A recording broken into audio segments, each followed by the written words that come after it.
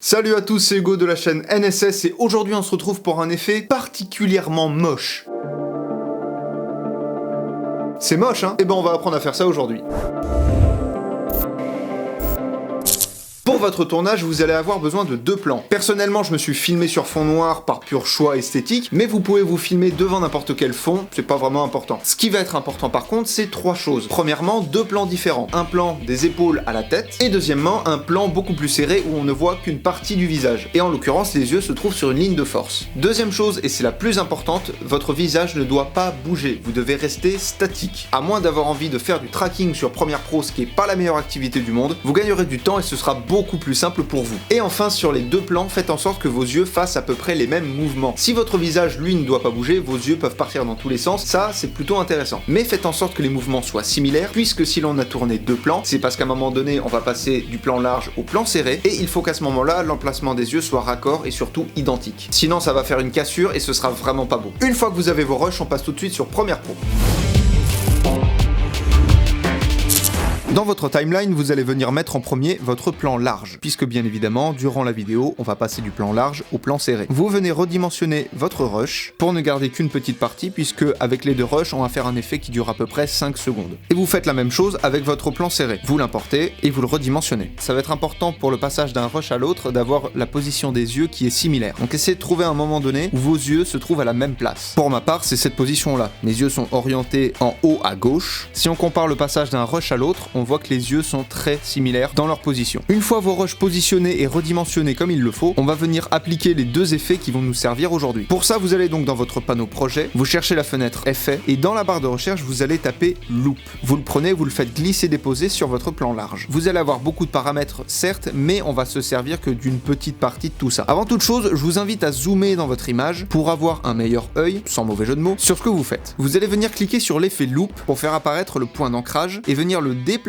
au milieu de votre œil. Ensuite, on va venir augmenter la taille. Augmenter la taille jusqu'à avoir dans votre rond votre œil et votre sourcil. Ça doit pas dépasser sur les côtés parce que si ça dépasse sur les côtés, ça va créer une cassure et on veut pas ça. Donc attention à ce que les contours de votre rond restent bien sur votre peau. On va venir augmenter le contour progressif pour faire quelque chose d'un peu plus lisse. On va l'augmenter à 30 et c'est déjà pas mal. Vous allez venir dupliquer votre effet, donc vous cliquez sur le nom, à savoir loop, et vous faites CTRL-C, CTRL-V. Ça va le dupliquer directement. Et là, on fait la même manipulation qu'au début, à savoir que l'on clique sur le nom pour faire apparaître le point d'ancrage et on va le faire glisser sur le deuxième œil. Voilà, là on a déjà une tronche qui est quand même plutôt pas mal. Mais c'est pas fini, on a un deuxième effet à venir appliquer. Dans la barre de recherche, cette fois, vous allez taper sphérisation, que vous venez glisser-déposer sur votre plan large, encore une fois. Là pour le coup, ça va nous créer un peu plus un effet de boule plutôt que juste de faire grandir une partie du visage. Donc on clique toujours sur le nom pour faire apparaître le point d'ancrage, que l'on vient glisser toujours au milieu de notre œil. Et là, on va venir augmenter le rayon qu'on va passer de 0 à 240. Et vous allez voir la différence. Voilà ce que ça nous donne. Ça agrandit encore un peu, mais ça fait surtout un effet de boule. Et comme pour l'effet loop, vous sélectionnez à nouveau votre effet sphérisation, vous faites CTRL-C, CTRL-V, ça le duplique, à nouveau sur le nom de l'effet pour faire apparaître le point d'ancrage, et on le glisse sur le deuxième œil. Et comme au tournage, vous n'avez pas bougé votre visage, mais uniquement vos yeux, vous n'aurez pas de tracking à faire, et là, votre effet est terminé. Tout du moins pour le premier plan, mais pour le deuxième plan, c'est exactement la même procédure. Donc pour le deuxième, on va simplement venir copier l'effet loop, donc on sélectionne le nom, CTRL-C, on sélectionne notre rush plan serré, CTRL-V, on appuie sur le nom, on déplace le point d'ancrage et on va venir augmenter la taille cette fois-ci à 630 et on peut venir augmenter les contours progressifs à 60. On duplique notre effet, on clique sur le nom, on déplace le point sur le deuxième œil, on repart sur le premier rush, sphérisation, on le copie, on sélectionne le plan visage, on colle, on clique sur le nom, on déplace le point d'ancrage au milieu de l'œil et pareil, on va venir encore augmenter le rayon et on le passe à 660. Vous copiez, vous collez, vous sélectionnez, vous bougez le point d'ancrage sur l'autre œil et votre effet est terminé, vous avez une tête absolument horrible et voici le résultat final.